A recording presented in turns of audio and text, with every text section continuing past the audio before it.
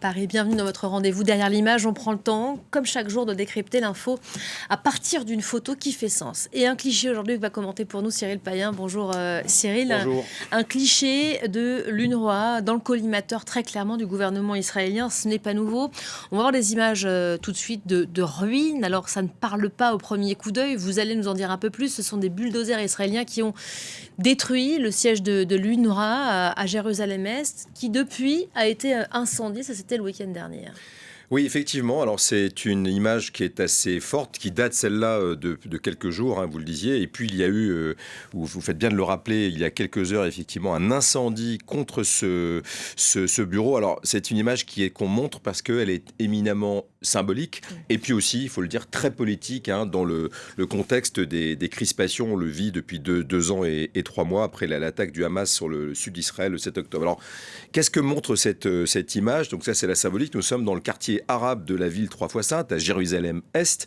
Jérusalem-Est, qui est donc la partie arabe de cette ville, qui a été annexée en 1967 et conquise en 1967 par les Israéliens et annexée de manière illégale en 1981.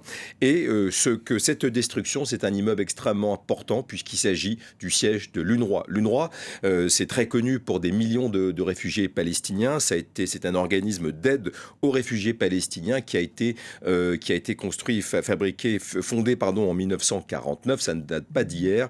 Et par contre, c'est la première fois que ce bureau, qui est le bureau principal, le centre, le quartier général à Jérusalem-Est de cette institution des Nations Unies, est détruit par des bulldozers et des tractopelles israéliens, donc tout un symbole évidemment. Je rappelle que l'UNRWA depuis 1949, c'est 12 000 employés qui est une sorte de cordon humanitaire, de ligne de vie pour des millions de Palestiniens à Gaza bien évidemment, en Cisjordanie, à Jérusalem-Est, dans toute cette partie occupée par Israël de la Palestine, mais également là où il y a hélas des centaines de milliers de réfugiés, c'est-à-dire palestiniens en Jordanie, en Syrie ou au Liban. Et donc c'est effectivement un acte qui est aussi extrêmement politique, hein, de manière brutale, unilatérale.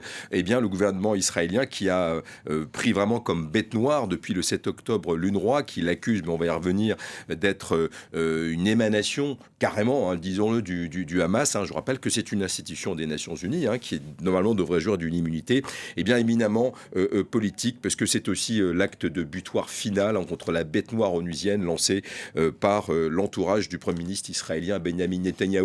Alors oui, c'est une image extrêmement inédite et très très violente, puisqu'on détruit une institution de l'ONU qui fournit de l'aide alimentaire, des écoles. Là, il y a un certain nombre d'écoles à Jérusalem-Est et en Cisjordanie occupée qui ne fonctionnent plus pour des enfants de réfugiés palestiniens.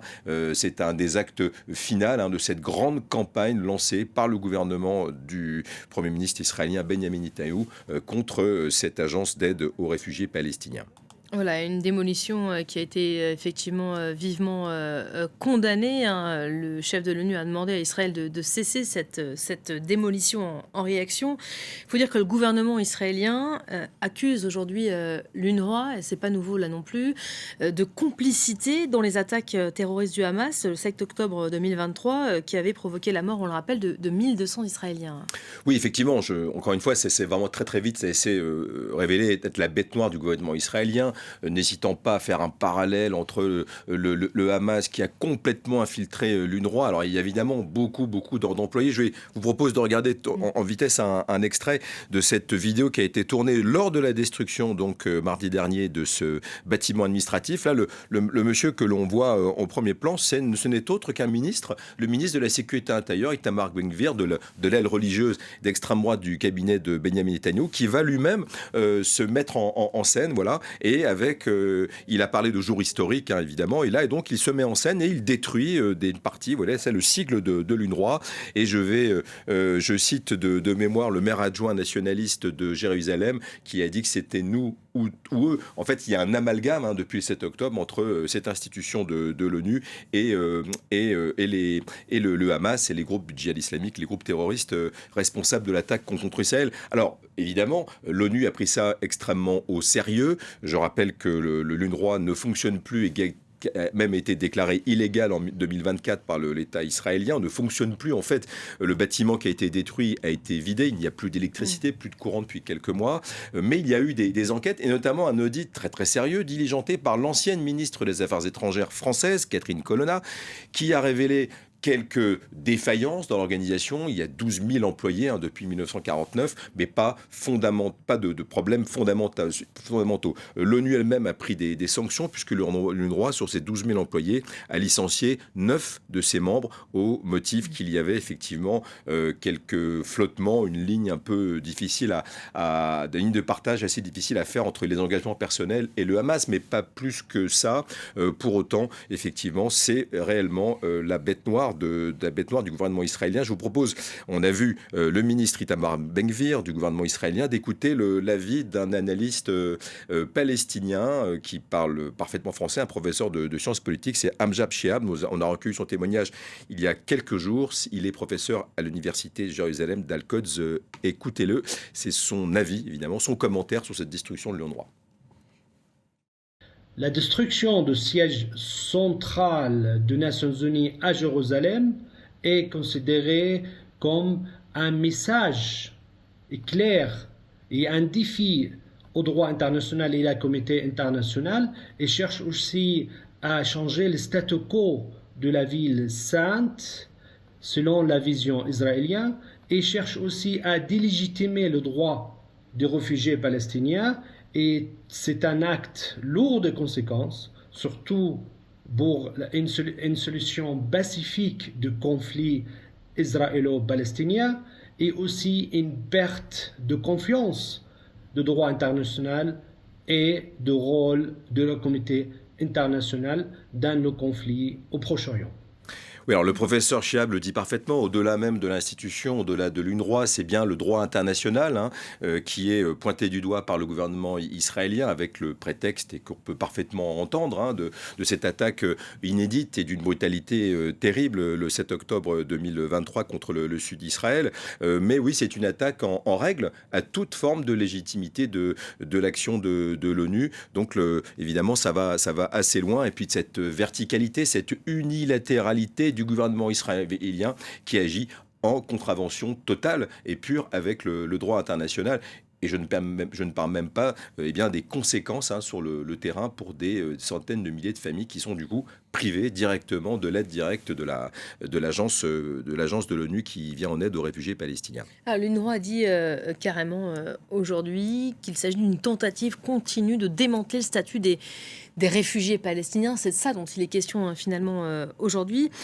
Israël qui porte clairement un coup d'arrêt au travail des ONG humanitaires en Palestine occupée. Oui, parce que tout cela participe d'une lame de fond qui n'échappe pas aux observateurs. Il est très difficile de travailler à Gaza. Je rappelle que du côté des journalistes, on ne rentre pas depuis 2 ans et 3 mois maintenant de manière libre et indépendante. C'est un fait. Mais du côté humanitaire qui est beaucoup plus prégnant, qui est beaucoup plus important, fondamental, il y a eu un resserrement, on l'a senti, on l'a beaucoup commenté sur cette antenne ces derniers mois, ces derniers 2 ans, de l'accès humanitaire fondamental à Gaza. Et là, effectivement, ces derniers mois, c'est une sorte, pareil, de coup de butoir, je dirais, extrêmement brutal et final. Des organisations, 31 ONG internationales se sont vues notifier de ne plus pouvoir travailler sur place. Médecins sans frontières, prix Nobel de la paix, tout de même, qui n'avait jamais été interdit dans aucun pays qu'en Érythrée en 1985, n'a plus le droit de travailler ou de faire rentrer des humanitaires à Gaza. Pour cela, il y a des conséquences énormes. Je ne fais pas la liste des 30 ONG, mais il y a évidemment un resserrement de tout ce qui est travail humanitaire, caritatif, qui peut aider les Palestiniens et qui est extrêmement développé comme doctrine par le gouvernement israélien. Je vais vous proposer à cet égard d'écouter un témoignage qui a été recueilli par nos confrères de Radio France Internationale, qui est un témoignage d'une jeune volontaire humanitaire. Il s'agit d'Alban Buriel. Elle travaille pour une ONG israélienne, Torah Zerek, et elle avait passé son seul crime a été de passer une nuit dans un village bédouin en Cisjordanie occupée. C'est un témoignage audio. Ça reflète bien cette énorme violence systémique contre toute personne qui veut s'engager auprès des réfugiés ou des Palestiniens. Je vous propose de l'écouter. C'est un document RFI. Alors, je me suis fait frapper par probablement des colons qui ont incendié l'endroit où je me trouvais et qui nous ont frappé. Une vingtaine de coups de baramine. Ils arrivaient à toute vitesse et j'ai vu qu'ils avaient des barres de fer et ils ont commencé à me jeter des pierres. Il y avait une voiture en face de moi, donc je me suis mise à terre et une de ces personnes m'a directement frappée avec une barre métallique très lourde. J'étais seule en fait à ce moment-là. Une autre personne a mis le feu à la voiture contre laquelle j'étais. Et les coups de baramine sur un corps, c'est vraiment horrible. Et ses cris, quoi, c'était vraiment... il s'est fait frapper pareil 15-20 fois. J'ai l'impression que c'est assez maîtrisé pour faire sans donner la mort. Et effectivement, cette violence, elle semble systémique. Témoignage assez glaçant, effectivement, d'une Française. C'est un témoignage assez rare, puisque effectivement, il y a une sorte de chantage fait aux humanitaires de pouvoir revenir, et de chantage au visa, évidemment. On le voit avec cette interdiction de 31 ONG qui travaillent à Gaza. Donc là, on est en Cisjordanie occupée, avec une jeune volontaire française qui s'est fait rouer de coups et qui parlait avec beaucoup d'effroi encore une fois, de cette stratégie presque systémique, de faire extrêmement peur, de faire extrêmement mal.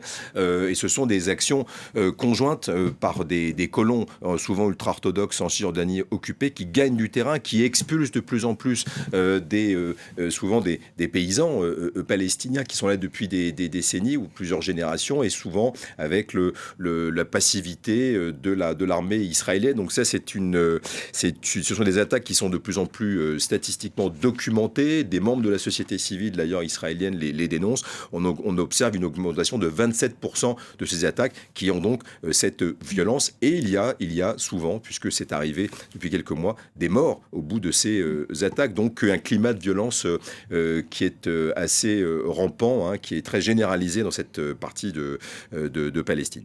Alors, on parle de l'UNRWA. Si l'UNRWA est aujourd'hui ciblée, directement visée par le gouvernement de Benyamin Netanyahou, c'est sur un plan plus large l'ONU elle-même, finalement, qui est attaquée. Oui, alors parce qu'on a l'impression que c'est une sorte de galop d'essai de manière unilatérale avec ce qui s'est fait, vous le disiez, porté par le gouvernement de Benyamin Netanyahou, de s'attaquer à une grande institution de l'UNRWA qui emploie des milliers de gens pour des réfugiés palestiniens. Et puis donc, si on élargit le scope, eh bien effectivement, on arrive à ce fameux Conseil de la paix. On va regarder l'invitation faite par Donald Trump, les Américains qui sont jamais extrêmement loin de ce genre du Proche-Orient et de Gaza. Et donc, c'était la dernière idée de l'ancien expert immobilier, promoteur immobilier, converti en président de la République, Donald Trump, qui a fait ce Conseil de la paix qui était destiné au préalable à la reconstruction de Gaza. D'ailleurs, à Davos, devant la communauté internationale la semaine dernière, il a été fait de l'invitation de 60 pays. Certains ont dit oui, certains ont dit non, plutôt du non du côté occidental, notamment les Anglais, la Grande-Bretagne et la France, de manière assez rapide et radicale. Mais effectivement, c'est une extension de cette tentative d'appropriation, de privatisation de l'ordre mondial, des relations internationales. Et c'est aussi faire, évidemment, de l'ombre à l'ONU, puisque Donald Trump ne se cache pas que ce grand machin, comme d'autres l'ont appelé, le gêne énormément, et il veut être le chef de cette ONU numéro 2. Donc on a un peu une extension de cette remise en cause, encore une fois, de l'ordre international qu'on peut voir à Gaza avec les actions et la stratégie du gouvernement de Benyamin Netanyahou à Gaza et en Cisjordanie, et puis sur un plan plus général, cette appropriation des relations internationales de manière assez brutale et totalement unilatérale. Donc c'est vraiment la fin du multilatéralisme qui est lancé par des présidents comme Donald Trump. Il y a un certain nombre de pays qui ont accepté, qui ont consigné. Évidemment, la liste ne sont pas forcément les bons élèves du multilatéralisme et des relations internationales, mais c'est une idée qui commence à faire... c'est une graine qui a été plantée, et c'est extrêmement inquiétant pour la question, voilà, cette carte qui est intéressante, puisque évidemment on voit les pays qui ont accepté, ceux qui attendent, et effectivement il y a toujours un attentisme qui est dangereux puisque tout va extrêmement vite. Et du point de vue, pour revenir à la question de l'UNRWA, cette décision brutale, verticale et unilatérale signifie la fin de l'aide pour des centaines de milliers de familles de réfugiés palestiniens. Merci beaucoup Cyril Payen pour ce décryptage, plutôt ce focus sur ce sujet relégué au second plan. C'était derrière l'image. Merci de continuer de nous suivre